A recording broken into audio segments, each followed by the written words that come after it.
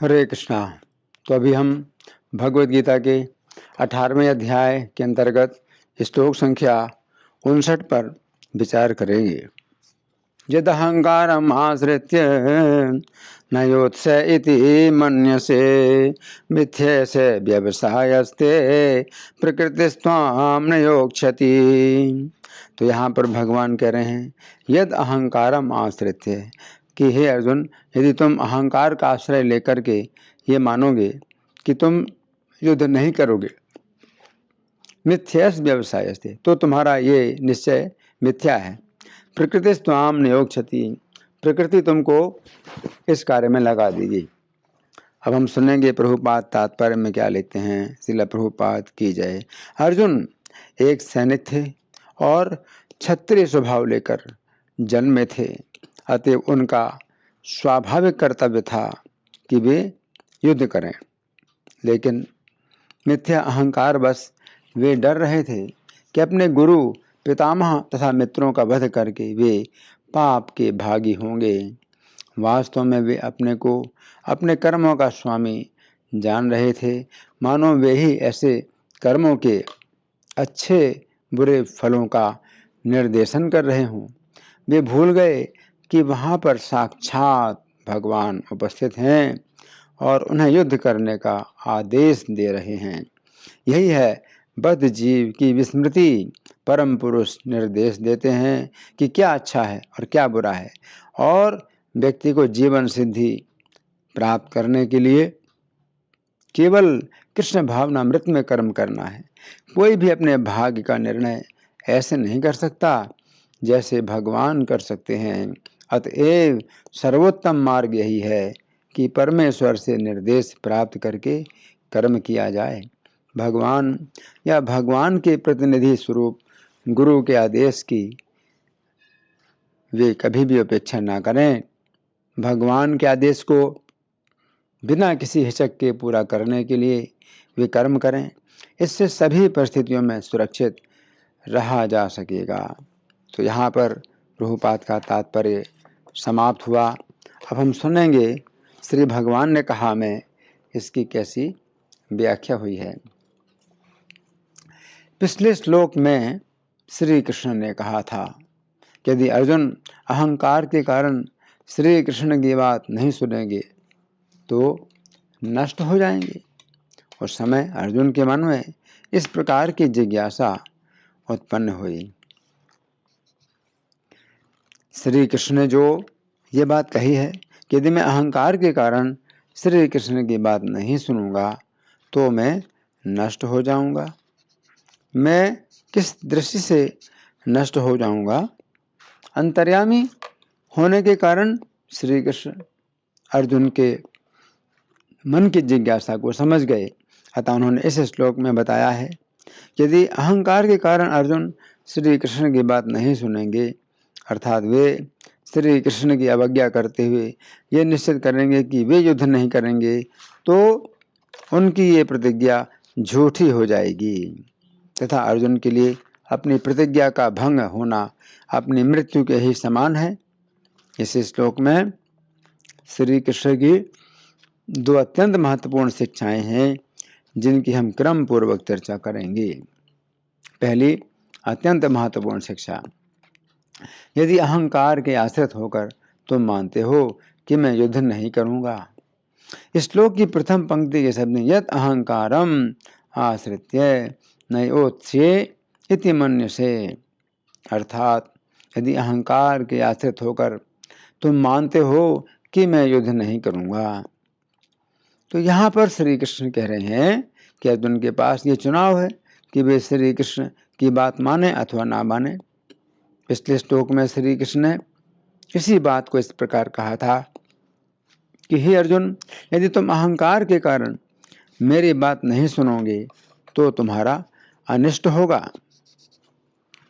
श्री कृष्ण की बात नहीं मानने का अर्थ है श्री कृष्ण की बात नहीं सुनना। ये समझने की बात है कि यदि हम श्री कृष्ण के आश्रित होते हैं तो श्री कृष्ण की बात सुनते हैं, अर्थात श्री कृष्ण के आदेश का पालन करते हैं। परंतु यदि हम अहंकार के आश्रित होते हैं तो हम अपने अहंकार की बात सुनते हैं, अर्थात अपने अहंकार की बात मानते हैं अथवा अपने अहंकार के आदेश का पालन करते हैं। इस बात से पता चलता है कि एक ओर श्री कृष्ण है तथा दूसरी ओर हमारा शत्रु अहंकार है। अब हमें चुनाव करना है कि हम श्री कृष्ण का आश्रय लें, श्री कृष्ण की बात माने अर्थात श्री कृष्ण के आदेश का पालन करें, अथवा अपने अहंकार का आश्रय लें, अपने अहंकार की बात माने अर्थात अपने अहंकार के आदेश का पालन करें। इससे ये बात भी समझ में आती है कि तीन व्यक्ति अलग अलग हैं।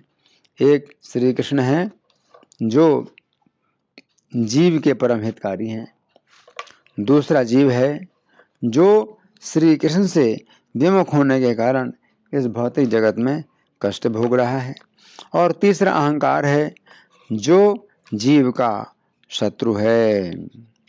अब जीव को स्वयं ही चुनाव करना है कि वो अपने परम हितकारी श्री कृष्ण के आश्रित हो, उनकी बात माने, उनकी आज्ञा का पालन करे, अथवा वो अपने अहंकार के आश्रित हो, अपने अहंकार की बात माने, अपने अहंकार की आज्ञा का पालन करे।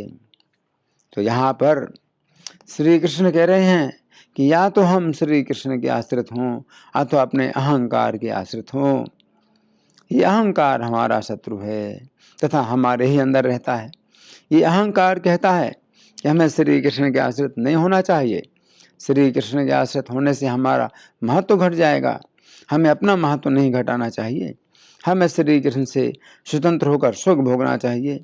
ये अहंकार हमें श्री कृष्ण से विमुख करना चाहता है, और इस प्रकार ये शत्रु हमें श्री कृष्ण से विमुख करता है।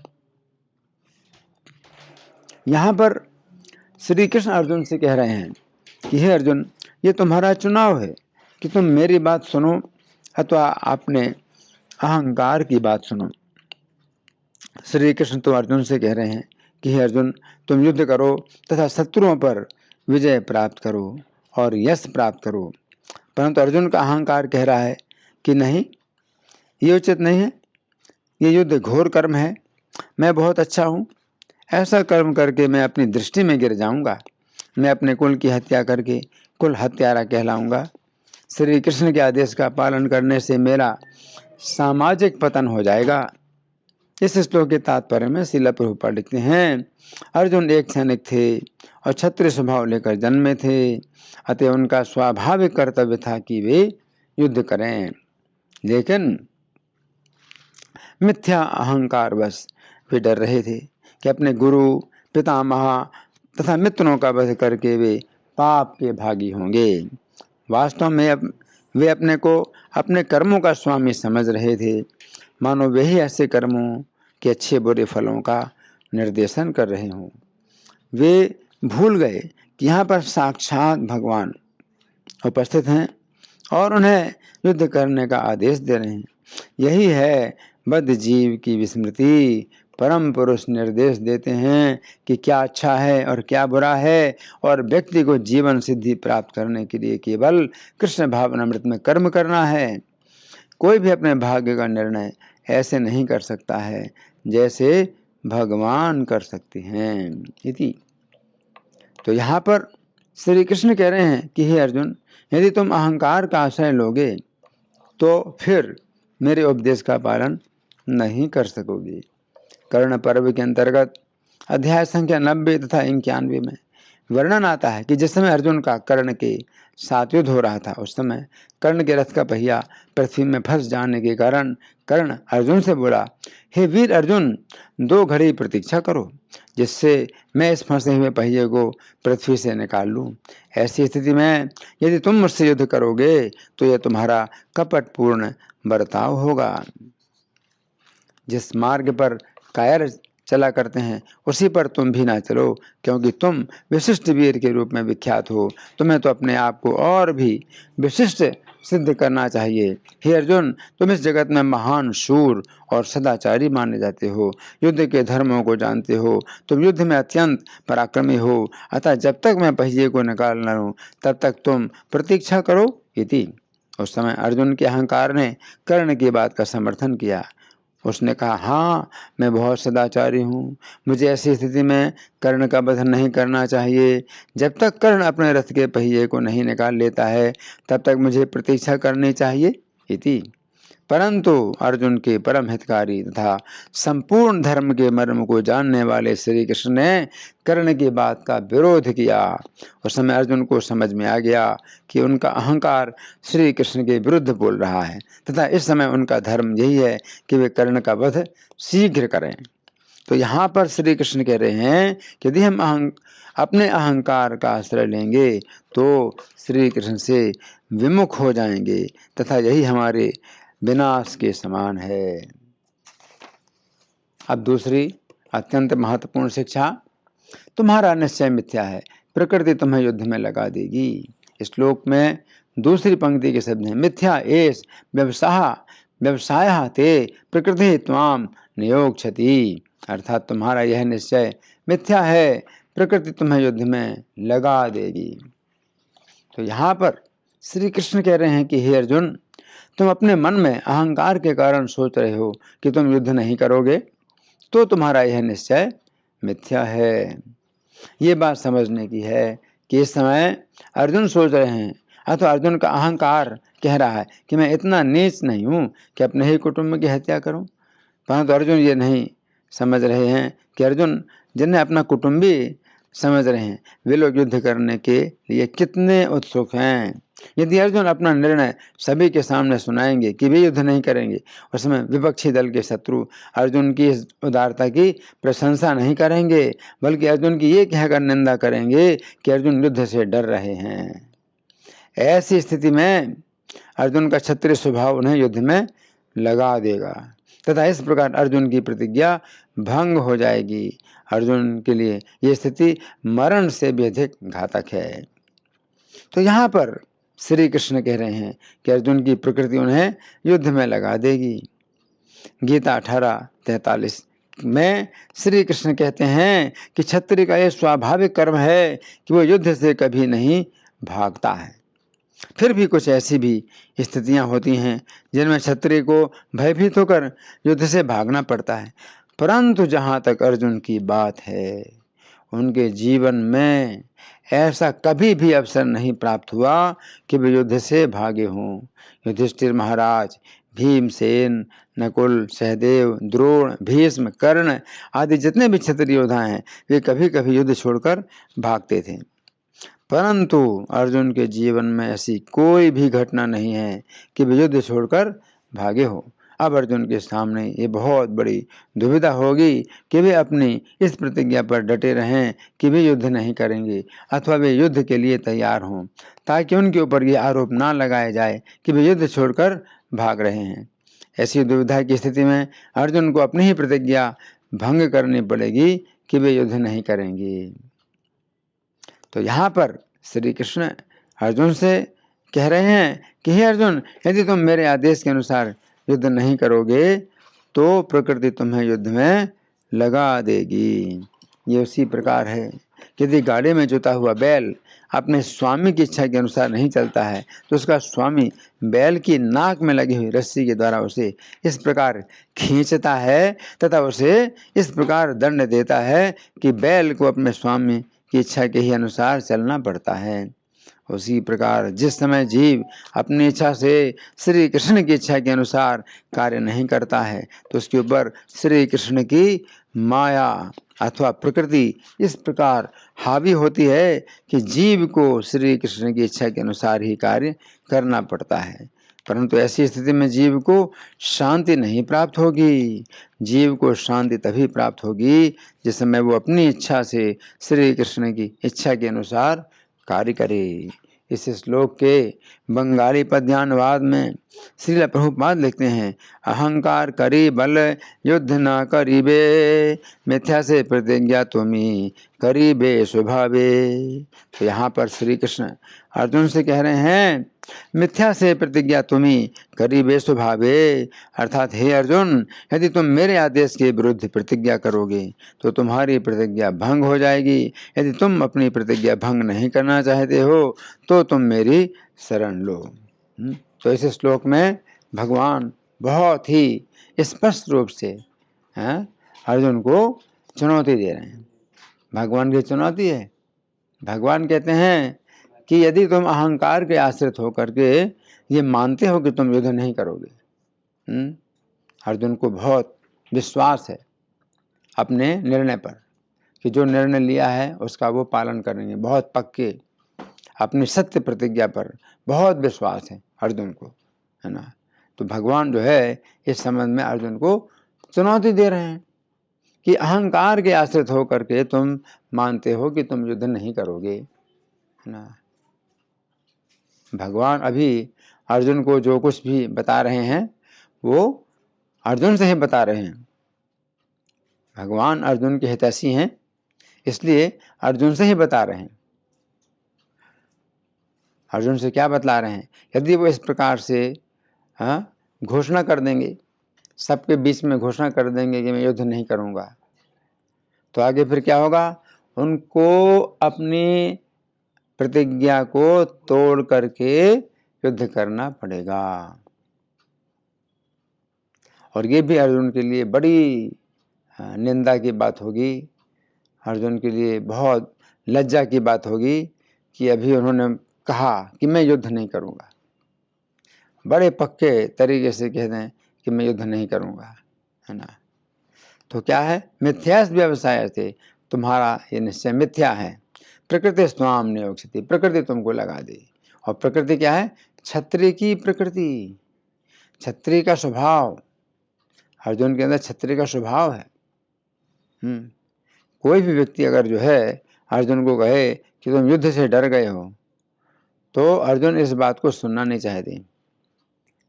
अर्जुन की प्रकृति, अर्जुन का स्वभाव क्या है? छात्रम कर्म स्वभावजम, भगवद गीता का 18वां अध्याय, श्लोक संख्या 43।